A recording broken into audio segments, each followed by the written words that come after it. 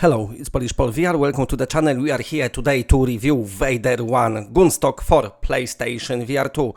Ever since the days of aim controllers, PlayStation VR1 owners fall in love with this accessory as it was pretty much one of the better controllers out there for any virtual reality headsets.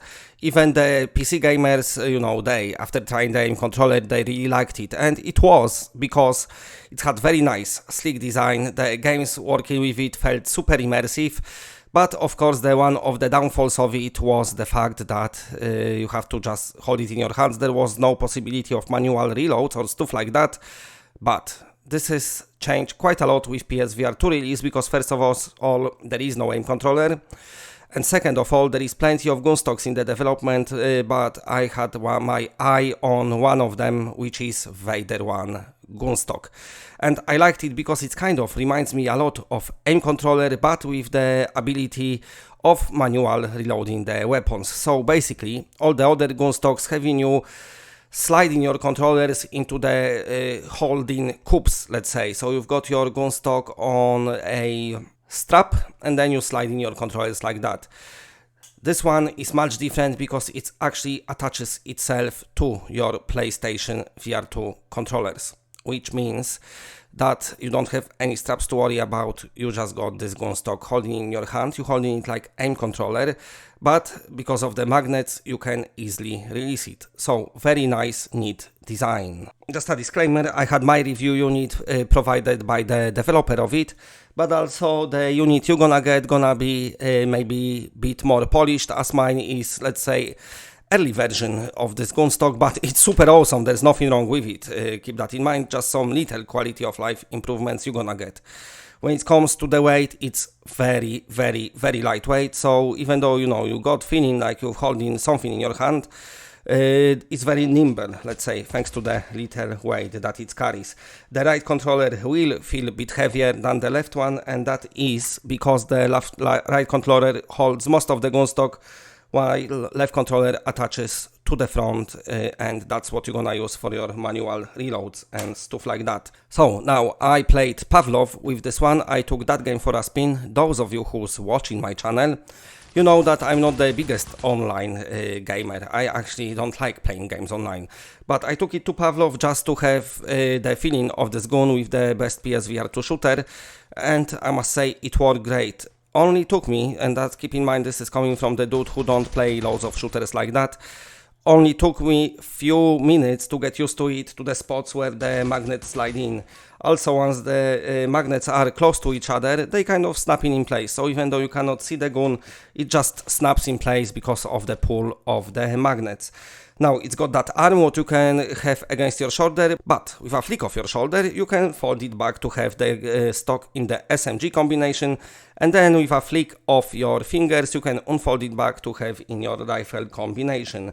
Holding the guns and stuff like that was very easy. You just unattach the first controller and holding two controllers together. The way the controllers attach is in the part of the DualSense controllers where there is no tracking light. So there is that little line what connects the ring, and you attaching it on top of this line. So all the tracking lights are still visible to the PlayStation VR2 cameras that are located on the headset. So I didn't lost tracking at all. It's worked pretty great. And like I said earlier, I said I'm not the biggest online player. Listen, once I go through my reviews here, I'm doing for upcoming games, pretty cool ones, then of course I will be jumping online to play some Pavlov just because how good this Gunstock felt. Also, there is some cool games on the horizon, and the one I cannot wait to play with this Gunstock is Crossfire Sierra Squad, as it's a single player game. Of course you can play it in co-op, but there is no player versus player, you've got like a proper levels and stuff, so I'm definitely looking forward to that one, and I'm 100% gonna play it with this Gunstock. The length of where the controller are placed is adjustable as well, and that's it because different games got different placements of their guns. Let's say Pavlov is very forgiving, it just lets you snap your hands in, which is nice.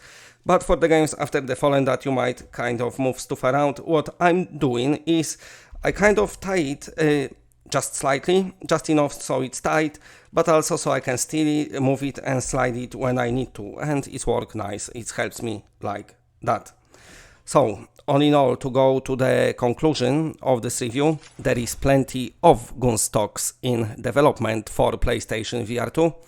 Some of them might be questionable, like how they're gonna track, but apparently they do.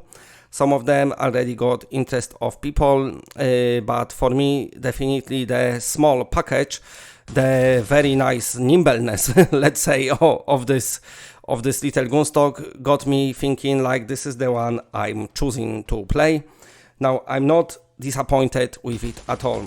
And also, this one is the one of the cheapest Gunstock you can currently buy for PlayStation VR2 with such a little nice light design.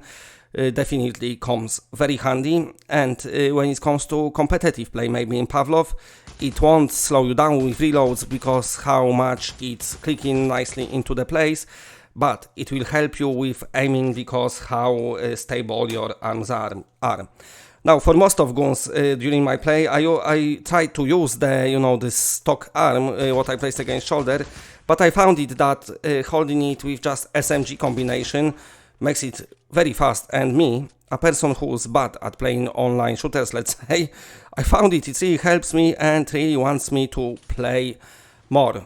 So going to the score now, I've got a new score system here for this channel. This is come to the hardware, the accessories, as well as to the games and software, which basically is must buy, wait for sale or avoid. And with this one, and this is, I'm gonna do it first time since I started this new score since PSVR2 release, but for me, if you love shooters, and especially if you love online shooter, this Gunstock is a must buy, because how convenient it is to use. It's basically not getting in the way of your gameplay. It actually helps a lot with your gameplay and with how competitive you will be during this gameplay. Now, let me know in comment section. I know some of you already pre-ordered it before this review. Those of you once it got announced, I saw it in the comment section. But let me know what you're thinking about it now it's so close to be released next month. From the review unit I had, I'm loving it. It's super awesome to use. And this is coming from somebody who likes, single player story-driven shooters, like your Farpoint on PSVR1. But also now, it makes me want to play more online just to use this Gunstock because it feels awesome to use it, and definitely adding a lot of immersion. And also what I didn't mention yet, thanks to the lightness and how it attaches, it doesn't take away any haptic feedback. The haptics are still here. So that's nice, let's say, cherry on the cake. Okay, that's it for now. Thanks for watching. For all the latest PlayStation VR2 reviews, news and everything else, stay tuned to the channel. But for now, that's it. Bye.